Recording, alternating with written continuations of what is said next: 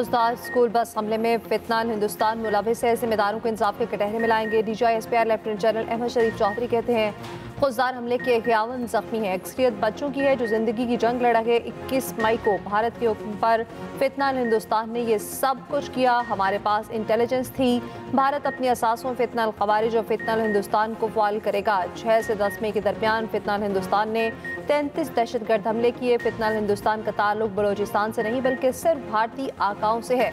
दहशतगर्दों को भी पता है कि वो कभी बलोचिस्तान को अलहदा नहीं कर सकते। ये बलोचिस्तान की नहीं, हिंदुस्तान की प्रॉक्सीज की जंग है। बलोच हमारे भाई, हमारे दिल का टुकड़ा है। भारत का झूठा बयानिया नहीं चल सकता।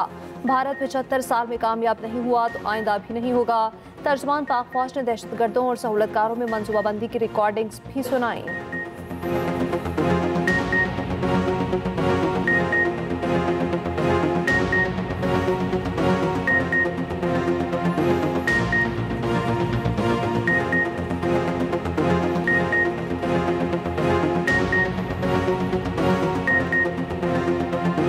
भारत ने एक जारहियत का नतीजा देख लिया। दोबारा करने का शौक है तो करके देख ले, हम तैयार हैं।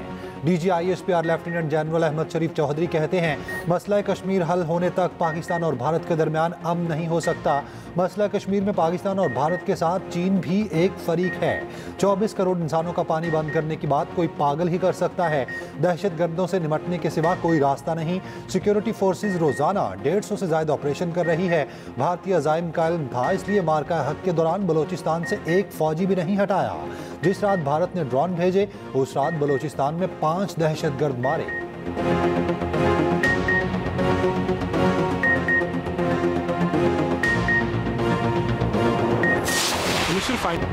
फौजदार स्कूल बस हमला फितनाल हिंदुस्तान ने भारतीय इंटेलिजेंस एजेंसी रॉ की सरपरस्ती में किया। भारतीय प्रॉक्सीज को खत्म करेंगे। हमारा जवाब फैसला कुन होगा। सेक्रेटरी दाखिला खुरम आगा की DGI-SPR के साथ न्यूज़ ब्रीफिंग। कहा वज़ीर आज़म ने नेशनल एक्शन प्लान की तश्कील 9 कर दी है। नेशनल एक्शन प्लान के तमाम अज्जा ऑपरेशनल है। दहशतगर्दों का खात्मा किया जाएगा। ऑपरेशन सिंदूर में बुरी तरह नाकामी के बाद भारत ने दहशतगर्द प्रॉक्सीज को बलोचिस्तान में हमलों का हुक्म दिया। भारतीय प्रॉक्सीज ने अब सॉफ्ट टारगेट पर हमले शुरू कर दिए। दहशतगर्द कार्रवाइयों पर सख्त एक्शन होगा।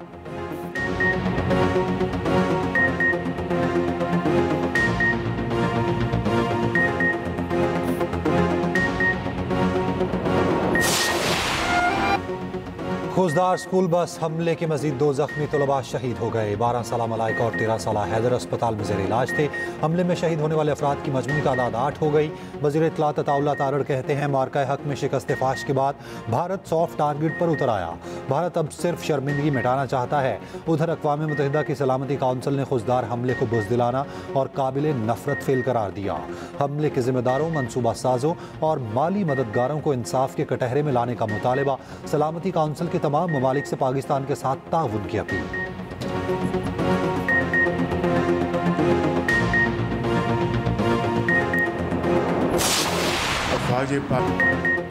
अफवाज पाकिस्तान ने पेशावराना एक बदअमली और दलेरी से भारत को शिकस्त फाश दी। जारियत पर दुश्मन को ऐसा जवाब दिया जो क़यामत तक याद रखेगा। वज़ीर आज़म शहबाज शरीफ का इस्लामाबाद में जना स्क्वायर मरी रूट अंडरपास की इफ्तिताही तकरीब से खिताब। कहा भारत के खिलाफ फतह पूरी कौम के इत्तेहाद और इत्तेफाक की बदौलत मुमकिन हुई। पूरी कौम के इत्तेहाद को दुश्मन फरामोश नहीं कर सकेगा। उधर वज़ीर आज़म 25 से 30 मई तक मुख्तलिफ ममालिक के दौरे करेंगे। ईरान, तुर्की, आज़रबाईजान और ताजिकिस्तान जाएंगे।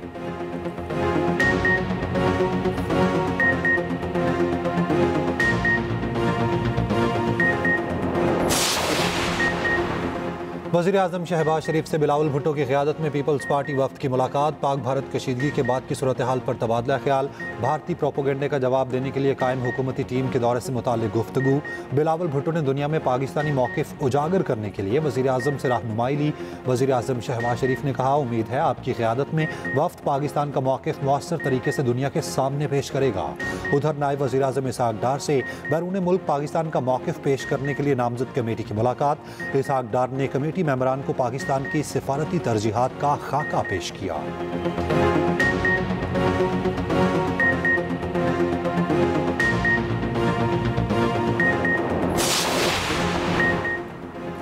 पानी जिंदगी है, जंग का हथियार नहीं। सलामती काउंसिल में पाकिस्तानी मंदूब सायमा सरीम का खुले मुबाहिसे में इज़हार ख्याल।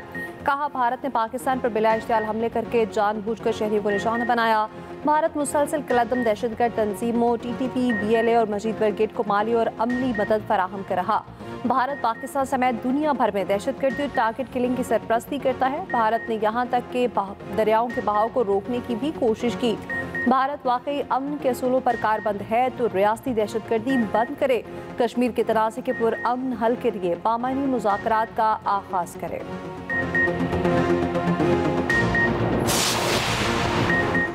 भारतीय परवाज़ों के लिए पाकिस्तानी फ़ज़ाई हदूद की बंदिश में 1 माह की तोसी। पाकिस्तान एयरपोर्ट्स अथॉरिटी के मुताबिक भारतीय परवाज़ों पर पाबंदी 24 जून सुबह 4:59 तक बढ़ा दी गई है। भारतीय रजिस्टर्ड ऑपरेटेड मलकियत या लीज पर लिए गए तमाम तैयारे पाबंदी की जद में रहेंगे। पाबंदी भारतीय फ़ौजी तैयारों पर भी लागू होगी।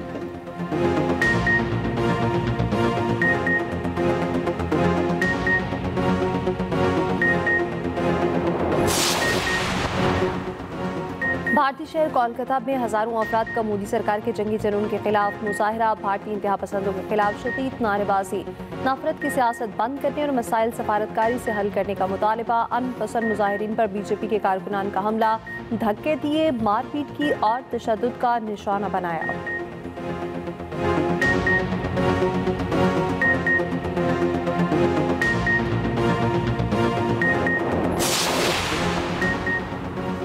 आइंदा माली साल का बजट 2 जून की बजाय 10 जून को पेश करने का फैसला। वफाकी वजीर खजाना के मुशीर खुर्रम शहजाद ने एक्स पर पैगाम में कहा, 9 जून को कौमी इक्तिसादी सर्वे और 10 जून को वफाकी बजट पेश किया जाएगा।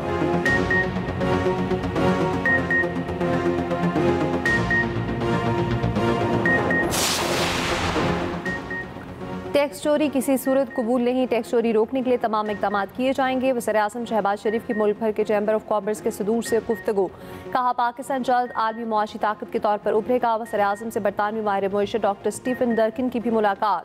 डॉक्टर स्टीफन डर्किन ने हुकूमती मुआशी पॉलिसी के दुरुस्त और इस्लाहात की तारीफ की।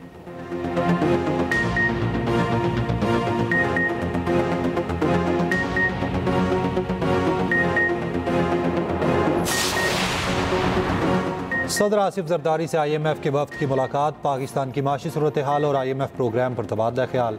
सदर आसिफ जरदारी ने कहा, IMF तरक्की पजीर ममालिक की इक्तिसादी तरक्की में किरदार अदा कर रहा है। IMF प्रोग्राम पाकिस्तान में इस्तेहकाम लाने में मददगार साबित हुआ। IMF प्रोग्राम से माशी तरक्की को फ़रोग मिलेगा।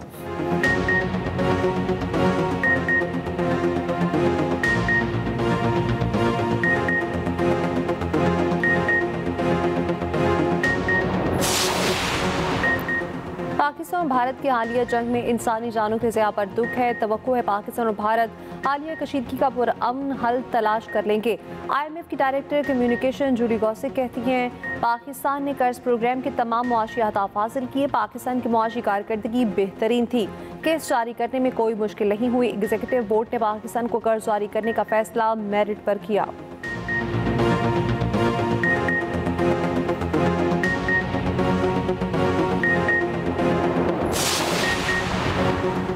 प्राइवेट टूर्स ऑपरेटर्स की गफलत से हज़ारों अफराद हज पर नहीं जा सकेंगे। वफाकी वज़ीर मज़हबी उमूर सरदार यूसुफ कहते हैं, वज़ीर आज़म ने मामले की तहकीकात के लिए कमेटी बना दी।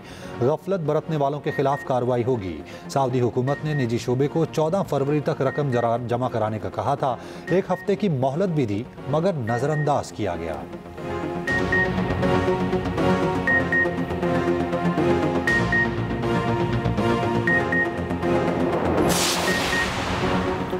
पाकिस्तान को तयशुदा मुआहदे पर बात नहीं करनी चाहिए। सेनेटर शिबली फराज का सेनेट में इज़हार ख्याल। कहा, पानी के मसले पर भारत के खिलाफ मुअस्सर केस बनाया जाए।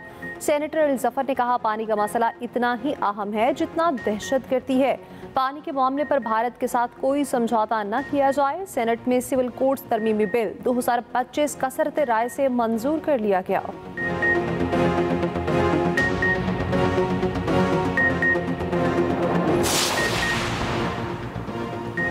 सिंतास मुआहदे की मुअत्तली का ऐलान भारत को महंगा पड़ गया। मुख्तलिफ ममालिक भारत से मुआहदे करने से कतराने लगे। बांग्लादेश ने भारतीय कंपनी के साथ 180 करोड़ भारतीय रुपए का मुआहिदा मनसूख कर दिया। उधर अक़वाम मुत्तहिदा में श्रीलंका के सफ़ीर का कहना है, भारत ने सिंतास जैसा मुआहिदा यकतरफा मुअत्तल करने का ऐलान किया तो भारत के साथ बिजली और ईंधन के मुआहिदे करना बेवकूफ़ी है।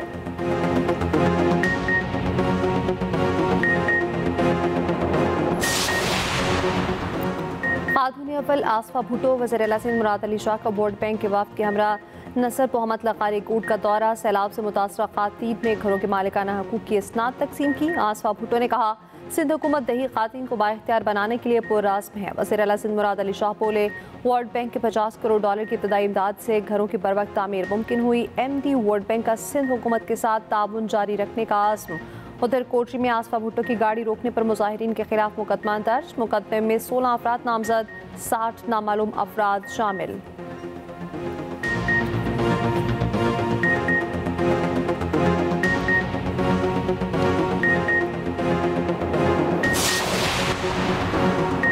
एशियन टाइगर्स का ख्वाब किसी और का था, मगर वो ख्वाब पूरा हो चुका। सीनियर वज़ीर सिंध जर्जलीना मेमन का सिंध असेंबली में इजहार ख्याल, कहा, भारत को मुंह तोड़ जवाब देने के बाद ग्रीन पासपोर्ट पर सफ़र करने का बहुत मज़ा आया। भारतीय शहरियों की शक्लें देखने वाली थीं। पाकिस्तानियों का सर फख्र से बुलंद करने पर हुकूमत और फोर्सेस को सलाम पेश करता हूँ। दुनिया की सबसे बड़ी कंपनी कराची में इलेक्ट्रिक गाड़ियों का प्लांट लगाएगी। उधर सिंध हुकूमत का ख़वातीन को EV स्कूटीज़ की फराहमी के लिए अगले माह कुरंदाजी का फैसला।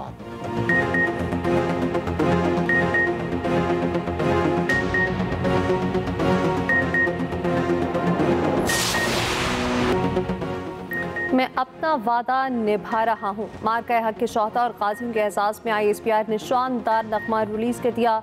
नगमे में अफवाज पाकिस्तान और सिविलियंस की कीमती कुर्बानियों को ज़बरदस्त अंदाज में खिराज तहसीन पेश किया गया।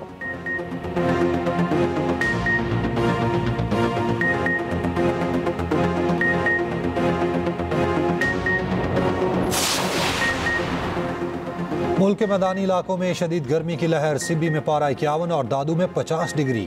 नवाबशाह में दर्जा हरारत 49, सक्खर में 46 तक पहुंच गया। बहावलपुर में पारा 45 और लाहौर में 40 डिग्री की गर्मी। तौनसा शरीफ में आंधी के बाद हल्की बारिश। NDMA के मुताबिक मगरबी हवाएं आज से बलाई इलाकों में दाखिल होंगी। आंधी और गरज चमक के साथ बारिश की पेशगोई।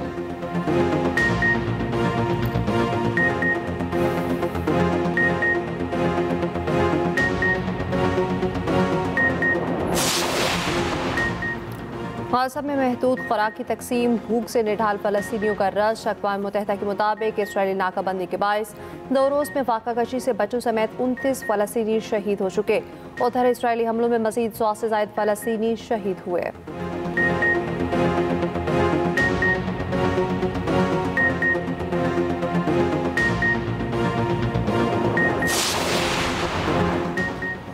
हार्वर्ड यूनिवर्सिटी में गैर मुल्की तलबा के दाखिले रोकने का फैसला मुअत्तल। अमरीकी फेडरल कोर्ट ने डोनाल्ड ट्रंप के फैसले को आर्जी तौर पर रोक दिया। हार्वर्ड यूनिवर्सिटी ने फैसले के खिलाफ फेडरल कोर्ट में मुकदमा दर्ज कराया था।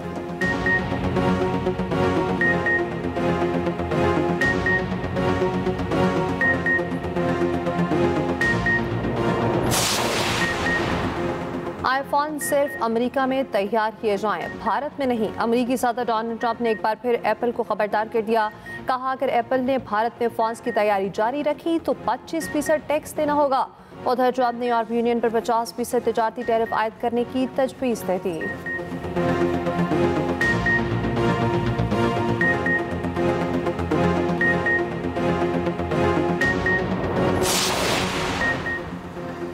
HBL PSL 10 में दिफाई चैंपियन इस्लामाबाद यूनाइटेड का सफर तमाम। लाहौर कलंदर्स ने इस्लामाबाद यूनाइटेड को 95 रन के बड़े मार्जिन से शिकस्त दे दी। फाइनल मैच में लाहौर कलंदर्स और कोयटा ग्लैडिएटर्स टकराएंगी। फाइनल इतवार को गद्दाफी स्टेडियम लाहौर में शाम 7:30 बजे खेला जाएगा।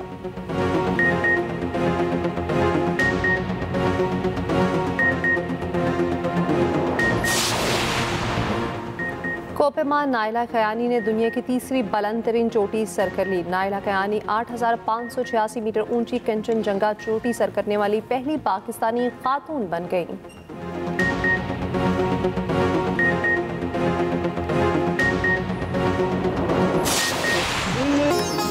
और चेहरों पर हंसी बिखेरने वाले फिल्म स्टार रंगीला आज भी मद्दाहों के दिलों में जिंदा।